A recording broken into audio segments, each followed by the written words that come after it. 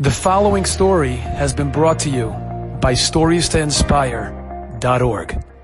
I was in Florida, and I went into a shul in Boca, and there was an old man that came before Mincha, and there was an old man, and he was cleaning up, and he had his walker, three-wheel walker.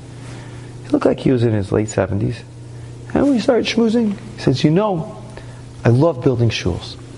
He says, I built a Young Israel, I built another shul, and now I'm in this shul. We had 30 families. Now we have 350 families. I get up at 5 o'clock in the morning, and I make coffee, and I learn with everyone, and I love building and being mishtatif and being an askin. His name is Meir. It was unbelievable. He says, and I devote my life to this because I went through such difficulties. And he shows me his arm, and it has numbers from the Holocaust, from the concentration camps. And I'm thinking to myself, he was like 78, 79. How did he guess how he was in the Holocaust? So I said, how old are you? He says, how old do you think I am? I said, 78, 79. He goes, I give you a hug. He takes out his license. He shows it to me. It says he was born May 19th. Okay, so right now it's January, well, it's February 1st, but it's happened January 29th. May 19th, 1924. This man is 98 and a half years old. He's about to be 99. I said, you're 99 years old? He says, yeah. I drive, I get around. Looks like he's in his 70s. Shining. He says, I went through 13 camps, 10 harsh slave labor camps, and 3 concentration camps. And I built shuls. The first thing I told him, I said, you have to give me a bracha. I sat my Rabbi, when someone came to me, he said, I need a bracha. He says, go find a man with numbers and ask him for a bracha. Someone who's putting on tefillin and he has numbers on.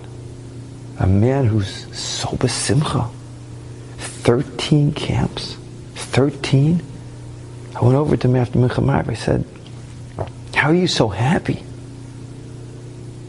I said, was it from your parents? He goes, my parents, everyone was killed out. He was in 10th grade when the Holocaust started. 10th grade! He was 15 and a half years old. In 1940. Turning 16. He said, you know how I did it? Because in my heart, I know that Kadosh Baruch Hu will take care of you. And He loves you. He has bitachon. The man is shining. He built a family. He built shuls. He's getting up at 5 o'clock in the morning at 99 years old to make coffee for people who are a third of his age. You know what that man is? When he showed me those numbers, that big smile, he's a walking Shira.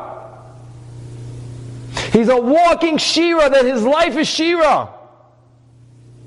He took all the difficulties and all the unspeakable horrors of what he went through, and he turned to a song to Hashem. That's Shabbos Shira.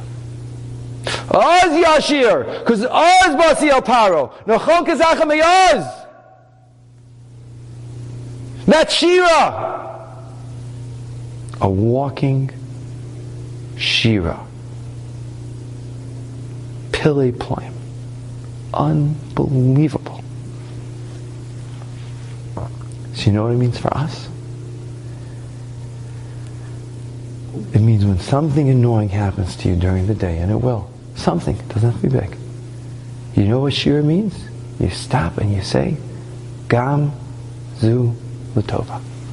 That's also good. Gam Zu L'Tova. That's how a Yid lives a life of Shira. Enjoyed this story? Come again. Bring a friend.